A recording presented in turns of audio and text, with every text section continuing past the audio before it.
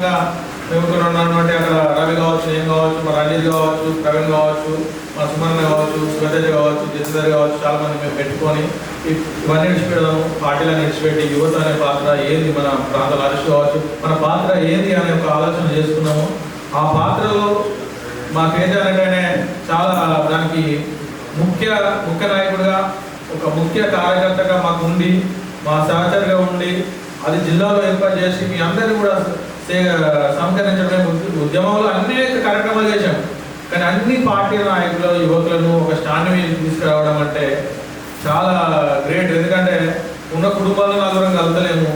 ఏ ప్రాంతమో, ఏ ఊరో, ఎక్కడ ఉండొచ్చి మనం ఇక్కడికి వచ్చి మనం రాజకీయాలపై చర్చించడం అనేది మామూలు ఉంచడం కాదు. రానున్న కాలంలో కుమారన్న కావచ్చు, రవితేజ కావచ్చు, వాళ్ళు ఎందుకంటే మా ప్రాంతంలో ఉన్నటువంటి రానున్న ఎన్నికలు కావచ్చు, ప్రాంతంలో ఇంకా కూడా ముందుకొస్తుంది కాబట్టి వాళ్ళందరికీ కూడా మనందరం సపోర్ట్ ఉండాలి. మా సపోర్ట్ కూడా కీలకంగా ఉంటుంది. ఈ ఆర్గనైజేషన్ చేసినటువంటి రవితేజకు ప్రత్యేకమైన ధన్యవాదాలు, కృతజ్ఞతలు చేస్తున్నాను.